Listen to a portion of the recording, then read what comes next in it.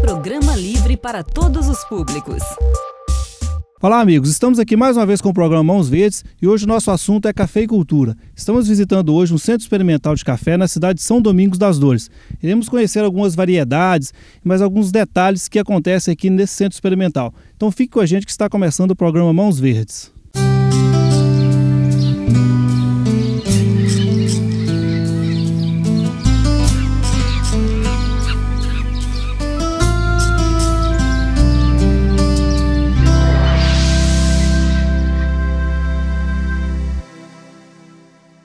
Estamos de volta com o programa Mãos Verdes. Hoje nós estamos falando sobre cafeicultura. Estamos visitando um centro experimental aqui na cidade de São Domingos das Dores. E aqui ao meu lado eu estou com os proprietários também e os idealizadores desse projeto.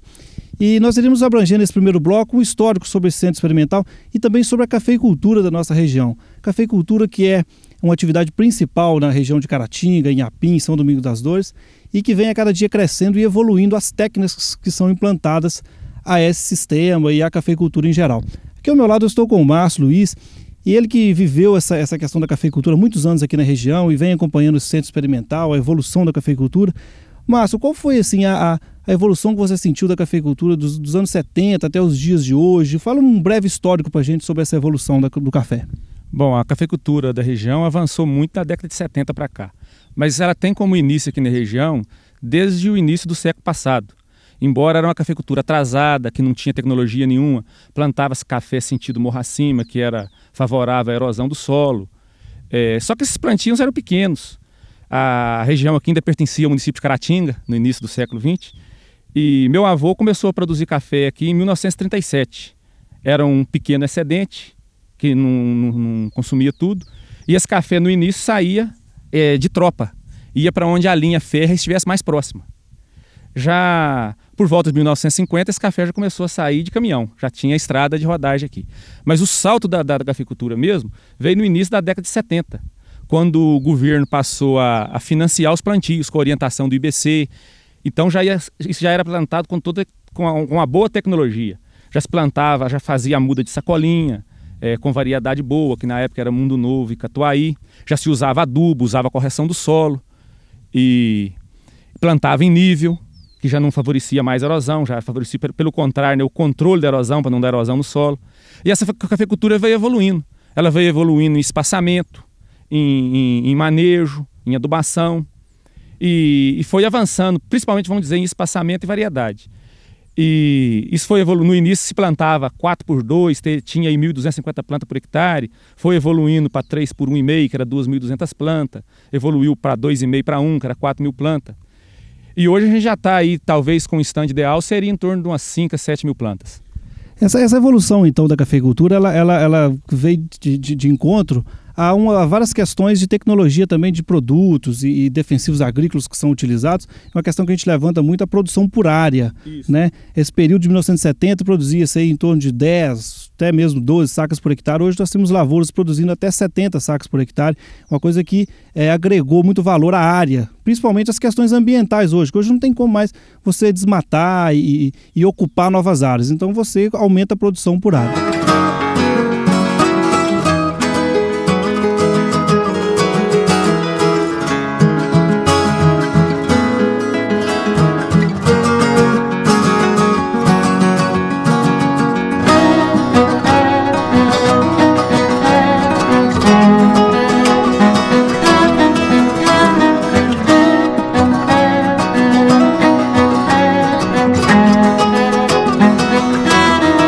Aqui ao meu lado eu estou com o Márcio Carvalho, ele que é um dos idealizadores desse centro experimental aqui, que nós estamos conhecendo através de imagens, e eu gostaria de saber dele de onde surgiu a ideia de criar esse centro experimental, de testar essas variedades aqui para serem lançadas para todo o Brasil. Pois é, Clínio, a ideia, né, de a gente implantar esse campo experimental aqui dentro da fazenda é para trazer conhecimento aqui para a região, né? Apesar de ter a gente conseguir conhecimentos aos redores, né, em fazendas e participar de congresso, né, visitar outros campos aí, só que é muito longe. Quando você traz uma pesquisa e coloca em loco, fica muito mais representativo, né, os resultados regional. Então a ideia surgiu mais ou menos em 2005, né, com apoio aí dos técnicos do Ministério da Agricultura, né, principalmente aí o Matiello, o Saulo, o Antônio Vander, que nos apoia. Então a gente resolveu implantar aqui, né, a gente pegou uma área da fazenda, uma área de 3 hectares e implantou esse campo experimental, né. E a gente tem aqui vários experimentos, como a gente tem 39 variedades, quer dizer, as melhores variedades hoje estão aqui. Das 39, a gente está estudando elas, qual delas está sobressaindo aqui, né? Porque geralmente uma variedade que é boa aqui pode não ser boa lá em Caratinga ou em Manhuaçu. Pode ser também uma variedade boa lá e não ser bem aqui. Então a gente trouxe esse projeto, colocou aqui dentro da fazenda, mas representa a região. Então a ideia partiu em 2005. Hoje a gente está com vários trabalhos, como eu disse, 39 variedades, espaçamento, a gente tem aqui Conilon também, que é uma coisa nova, né? E estamos estudando a produtividade desses materiais e todo ano a gente divulga esses trabalhos através de congresso, simpósio, dia de campo, né?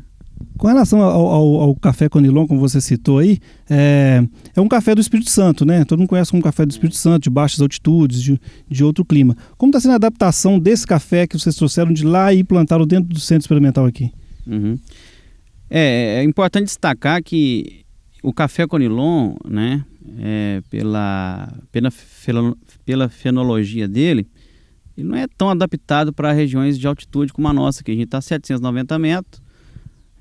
Então no Espírito Santo ele vai muito bem lá, ele está plantado de 20 metros até 500 metros de altitude com altas produtividades, né?